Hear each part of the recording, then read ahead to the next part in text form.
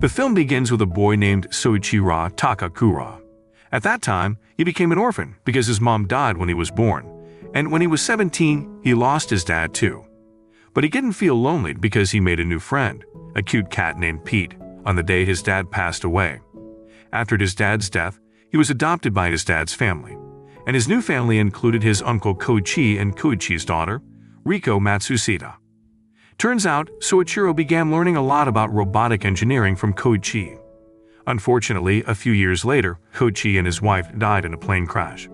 After losing both her parents, Riko, who was still in junior high school, had to go live with her uncle Kazutao. The story then jumps to March 1, 1995, where there's exciting news about Soichiro. He managed to create a robot called Robot A1, which has the ability to learn and become smarter based on what its owner teaches it. This robot became really popular and got the attention of TV shows. It was developed by a company owned by Kazutao. At the same time, snow started falling. Riko, who often helped Soichiro with his homework, came to visit him. She shared the news that she would be moving to a high school dormitory next week, which meant she couldn't visit Soichiro's house as often. Soichiro comforted Riko, assuring her that they could still hang out during school holidays. Meanwhile, Soichiro was busy working on a new project, which was creating a special plasma battery that doesn't need recharging. This battery would allow robots to stay active without stopping. The project was originally started by Koichi, who had passed away, and now Soichiro was determined to make Koichi's dream a reality. Around the same time, Soichiro's girlfriend, Shiraisi Rin, arrived with some documents for him to sign. She also worked as Kazutao's assistant. Riko, who was still there, seemed uncomfortable with Shiraishi's presence and chose to leave. The documents Shiraishi brought included transferring ownership of some shares in Soichiro's company, FOE, to her. This meant that Shiraishi, who had previously been an accounting secretary, would now have a more important role in the company. However, it was Soichiro's own decision to transfer the shares to Shiraishi. He believed in her abilities and thought she could handle important responsibilities in the future. After signing the documents, Shiraishi gave Soichiro a kiss. A week later, Soichiro went to the FOE office and was surprised to find Kazutao planning an unexpected meeting with the company's shareholders. Kazutao had a plan to release their A1 robot early and sell the patent rights to another company called Mannix Enterprises. He wanted to do this to get more money and beat their competitors, aiming to dominate the global market. Soichiro didn't agree with this plan. He thought it was too rushed. He believed they needed to create at least one more robot model before putting it on the market. This difference of opinion led to Shiraishi suggesting they vote on the proposal. But to Soichiro's shock, Shiraishi, who was now the third shareholder, supported Kazutao's plan. This decision meant Soichiro was no longer a part of the company. He couldn't use the company's facilities or equipment anymore, and he realized he had been deceived. Shortly after this, Soichiro returned home, feeling angry. Sadly, he found out that all of his robot stuff and furniture had been taken by the company. Meanwhile, Riko, who was about to move to the dormitory, decided to visit Soichiro's house to say goodbye. However, she was really surprised when she saw how messy Soichiro's house was. She also noticed that Soichiro seemed really sad and was drinking alcohol. Riko realized that Kazutao was the one who made him like that, so she changed her mind and decided not to go to the dormitory. Instead, she wanted to live with Soichiro to support him. Sadly, Soichiro, feeling desperate, turned down Riko's offer. He believed that Riko wouldn't be able to help and would only be a burden to him. Hearing that, Riko was disappointed by his decision, and in the end, she left his house. At the same time, Soichiro came across a pamphlet from a company called Credius. Turns out, they do something unusual. They put people into a deep sleep and wake them up 5 to 30 years later. Before going into this deep sleep, Soichiro asked a lawyer to transfer his shares in FOE to Riko, and she would get them when he turned 20. But before he could join this program, he needed to pass a health check. Unfortunately, when Soichiro went to the doctor for the checkup, they found a lot of alcohol in his body, and they could tell he was feeling very down. So the doctor couldn't approve Soichiro for the program and told him to come back when he was sober and feeling better to reconsider this frozen sleep idea. Meanwhile, Riko, who had gone to Kazutao's house, overheard a conversation between Kazutao and Shiraishi. They were planning to finish the plasma battery design with the help of other engineers. She also learned that the company's truck, which was supposed to pick up equipment from Soichiro's house, had mysteriously disappeared. Worried about Soichiro, Riko tried to contact him but couldn't reach him, so she hurried back to his house. Kazutao, who felt suspicious about Riko's actions, quickly checked the last call on the phone and saw that Riko had tried to contact Soichiro. He rushed after Riko to find out what was going on. Meanwhile, Soichiro went to Kazutao's house to have a direct conversation with Shiraishi. Soichiro asked for all the research equipment to be returned and threatened to expose the bad things Kazutao and Shiraishi had done, which would harm the company's reputation. Upon hearing this, Shiraishi, feeling threatened, injected Soichiro with an anesthetic, making him lose consciousness. Then she opened Soichiro's bag and got a shock when Pete the cat jumped at her. This made Shiraishi angry, and she started chasing Pete. Right at that moment, a glass window broke, as if someone had shattered it on purpose. At the same time, Pete and Soichiro's car, driven by someone else, disappeared. At that time, Shiraishi thought that Soichiro had come with someone else, but Soichiro was already unconscious, so she couldn't question him. Then, Shiraishi found a brochure about frozen sleep in Soichiro's bag and got an idea. She decided to put Soichiro in a frozen sleeping tube managed by the company Mannix Enterprises.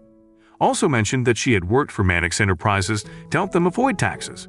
Afterward, she pressed a button, activating the frozen sleep tube, where Soichiro would sleep for the next 30 years. In the meantime, Riko had a surprise meeting with the person who had previously taken Soichiro's car from Kazutao's house. She was quite startled when she saw this person. Skipping ahead 30 years, Soichiro woke up in a hospital room, and there was a doctor with him, the same doctor he had met 30 years ago at Cretius. However, the doctor revealed that the person Soichiro had met back then was not himself but his father. Soichiro then asked about his cat, but instead of the cat, he was greeted by a humanoid robot named Pete 13. It turned out that this robot would assist Soichiro during his recovery over the next 5 days. When Soichiro fully woke up, he learned that he had lost all his assets because both FOE and Mannix Enterprises had gone bankrupt in the last 30 years. However, he would still receive financial help as compensation for his frozen sleep. He was also given an address by someone named Riko, who had apparently been asking about when Soichiro would wake up. The next day, Soichiro planned to escape from the hospital with just his cassette player and wallet. On the way, he tried to hail a taxi, but none appeared. Suddenly, Pete 13 showed up and told Soichiro to use a phone app to call a taxi, which arrived quickly. Soichiro was amazed when he got into the taxi and realized there was no driver cause. Turns out it could drive itself. Soichiro, feeling more confused, tried to order Pete 13 out of the taxi, but Pete 13 refused. He explained that there was a program error that made him look like a human, and he followed Soichiro because he knew Soichiro was a robot designer and could fix him if needed. Soon after, Pete 13 took Soichiro's wallet and tossed it away, saying that all transactions were done with mobile devices now. They eventually arrived at what was supposed to be Riko's house, but it was a mess and belonged to Shiraishi, who looked quite different and claimed to be Riko. She explained that a year after Soichiro was frozen, Kazutao passed away from complications related to diabetes, and another company took over FWE shares. Not long after that, a mysterious man suddenly appeared and spilled the beans about how Shiraishi had helped Mannix Enterprises avoid paying taxes. As a result, Shiraishi ended up in prison, and Mannix Enterprises slowly went out of business. Shiraishi also mentioned that Riko had supposedly died in a fire at Soichiro's house on the night when Soichiro was drugged. Although they never found Riko's body, Kazutao claimed to have seen the fire clearly. These words deeply hurt Soichiro, and decided to visit Riko's grave. After Riko and her cat left, Soichiro felt determined to uncover the identity of the mysterious man mentioned by Shiraishi and to find out the cause of Riko's death. With Pete 13's assistance, they went to the library to search for information on the internet. There they discovered that the FOE company had been taken over by another company called Guardian Manufacturing. Suddenly, at the same time, Pete 13 was ready to go into sleep mode. This was necessary for robots to perform self-repairs. Hearing this, Soichiro took the opportunity to ask Pete 13 to show him his energy source. When Pete 13 revealed his energy source, Soichiro was astonished to find out that Pete 13 used a plasma battery, a long-lasting energy source that Soichiro had been developing 30 years ago. Shortly after, Pete 13 explained that he was made by the Aladdin Industry Company, which is now the leader in the global robot market. So they decided to visit the Guardian manufacturing office first and meet the CEO. When they got to the company, the receptionist robot initially didn't welcome Soichiro. However, when he introduced himself as Soichiro Takakura, the designer of animal robots, they let him meet the CEO, Tsuboi Gota.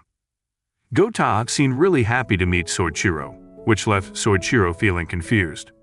His confusion grew when Gota mentioned that it was thanks to Soichiro creating the plasma battery and giving exclusive rights to Aladdin Industry. He also showed a book that Soichiro had signed as a child and recalled the moment when Soichiro signed it. Back then, Soichiro had visited his family's restaurant with Toa Junasuke. Soon after that, Mr. Toa got arrested by the police for using university funds for his time machine research. Although Soichiro couldn't remember many details, he began to think that someone might have used his name to perfect his plasma battery intentionally. Afterward, Soichiro discovered data from the Guardian company that showed he had transferred his shares to someone named Sato Taro. Sato Taro was not only one of the founders of Aladdin Industry, but also a patent attorney chosen by Soichiro himself. This revelation led to the realization that Soichiro had designed the first version of Pete's robot, which Rico later improved into the second version and so on. With this information, Soichiro began to piece things together. Soichiro and Pete 13 then visited Mr. Toei's laboratory, where Mr. Toei seemed very happy to see him.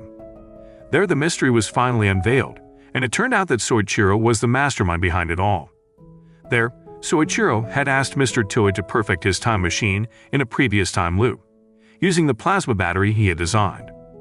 Once Mr. Toei had completed his research, he asked Soichiro to travel back 30 years in time. As a token of gratitude for Mr. Toei's past support, Soichiro received some gold from him. While Soichiro was preparing to use the time machine and bidding farewell, Pete 13 unexpectedly jumped into Soichiro's body, transporting him back in time by 30 years. When they arrived in the past, they meet a man named Sato Taro, who then took them to his house. After Soichiro woke up, Sato Taro explained everything, including the fact that they had come from the future and what Soichiro needed to do in the present. Sato Taro had even sold all the gold Soichiro had brought from the future and made preparations for Soichiro's plan. Back then, it was February 28, 1995, just a day before they were going to reveal the A1 robot on TV. Realizing this, Soichiro got to work right away, trying to perfect the blueprint for the plasma battery in just 1 week. The next day, Soichiro went to Tsuboi's restaurant to meet Mr. Toei and gave him all the money from selling the gold. Mr. Toei initially refused and couldn't believe that Soichiro had come from the future thanks to his time machine invention. But when they saw the TV news reporting Soichiro as the inventor of the A1 robot, Mr. Toei believed it and accepted the money. Soon after, the restaurant owner's son recognized Soichiro, who was starting to get famous in the media. Suddenly, a young boy asked for an autograph on his book, and it turned out that the boy was Gota. In the evening, Soichiro continued his plans with Sato Taro. There, Sato Taro asked why Soichiro changed the name of the robot from A1 to Pete 1. Soichiro explained that he got inspired by the name of his pet cat Pete, which is how the name for Pete's robot came about and eventually evolved into Pete 13. Now, Pete 13 is a robot that helps Soichiro in the present. In their conversation, Soichiro asked Sato Taro for help in exposing the crimes committed by Shirashi, who had assisted Mannix Enterprises in avoiding taxes. In return, if successful, Sato Taro would receive all the shares he owned in the FWE company. With this, he could finally start his own company, which he decided to call Aladdin Industry. Then, Soichiro asked Sato Taro to take care of Rico. Hearing that, Sato Taro and his wife gladly accepted this request, as they had always wanted to have a child in their lives. The next day was the day when Shiraishi and Kazu Tao would betray Soichiro. Meanwhile, Pete 13 hurried away because he was the one who had stopped the truck carrying Soichiro's research equipment in the past.